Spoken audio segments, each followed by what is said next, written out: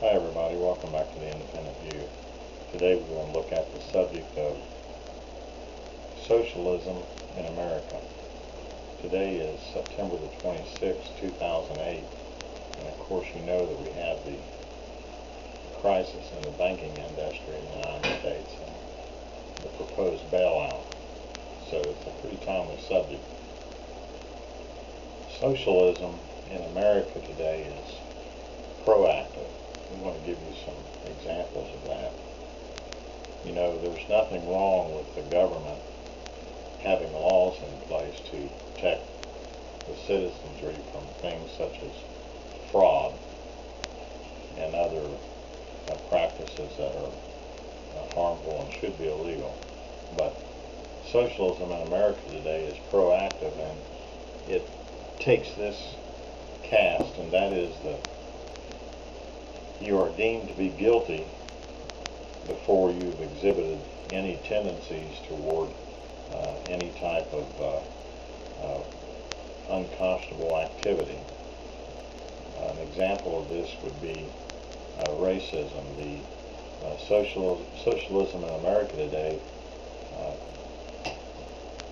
finds you to be a racist before you've done anything at all.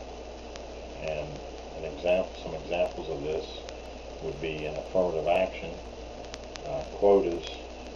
A person must hire a certain number of a minority due to stamp out racism. Well, the company, the business owner, may not be a racist at all. He may be someone that's in a mixed marriage, may have biracial children, but yet the government, the socialist government that we have, deems him to be a racist. Another one is in the financial industry, these mortgages. The government deems you to be a racist or some sort of a discriminator against the poor if you don't loan money to people that can't afford it, and if you don't help people to live beyond their means. Those are two examples. Socialism in America today is, at least on the federal level, is unconstitutional.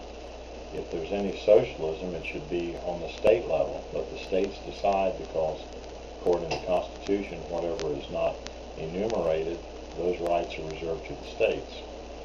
And this is where we find ourselves in the huge mess that we're in today, because the United States is transitioning into a socialist nation.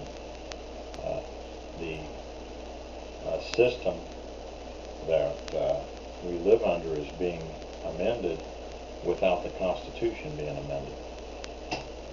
You know, socialism is when the government begins to dictate to business how they are to function. Now let's look at the financial sector for a moment. Here we have large financial institutions who are deemed to be the experts in financial matters, and yet and still they've made horrendously bad loans, operated on horrendously bad financial principles, that is, lending money to people that had no means to repay it, help people to live beyond their means.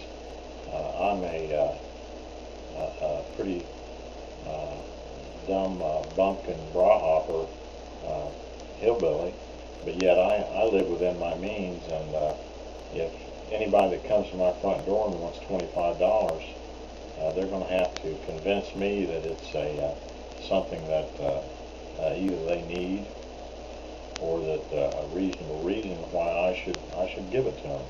But if the government came to me and told me to loan everybody that comes to my door $25, I think I would probably go ahead and go to jail, because I'm not going to do that. That's what we're faced with today in the United States.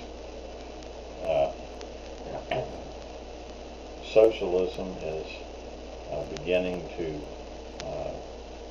take over our institutions.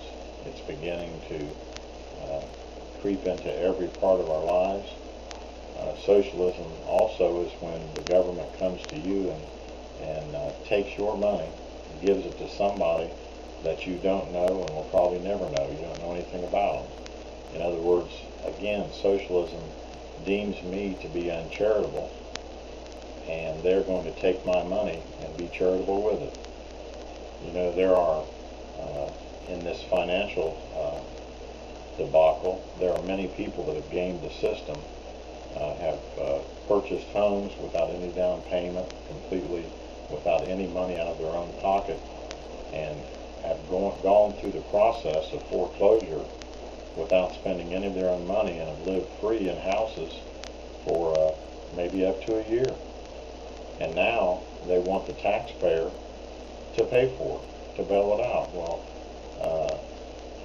if these financial institutions want my money, why didn't they come to me first and say, hey, what do you think about us making all these loans? I mean, it's my money, and I'm not going to loan it to you unless I have some input on how this money's spent. Well, this is socialism at work.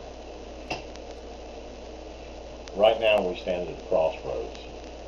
It's a crossroads not only financially for the country, economically, but also in our form of government and our way of life. And as far as I'm concerned, socialism is like a bully. Socialism says, if you don't give me what I want and you don't do things my way, there's going to be dire consequences. I think it's time to call the bully's bluff and say, no, nothing. You're not getting any bailouts. You're not getting any money. Let the chips fall where they may. Financial institutions, bankrupt, sell your assets. If there's bad mortgages, devalue them. Even write the mortgages off. Let these people that made these loans, or that secured, obtained these loans, write them off. Let these people have their homes. Blank their debt out. The fault lies squarely at the feet of Congress and at the feet of these financial institutions. So I say stand up to the bully, let the chips fall where they may, and let's get the government back the way that it should be according to the Constitution.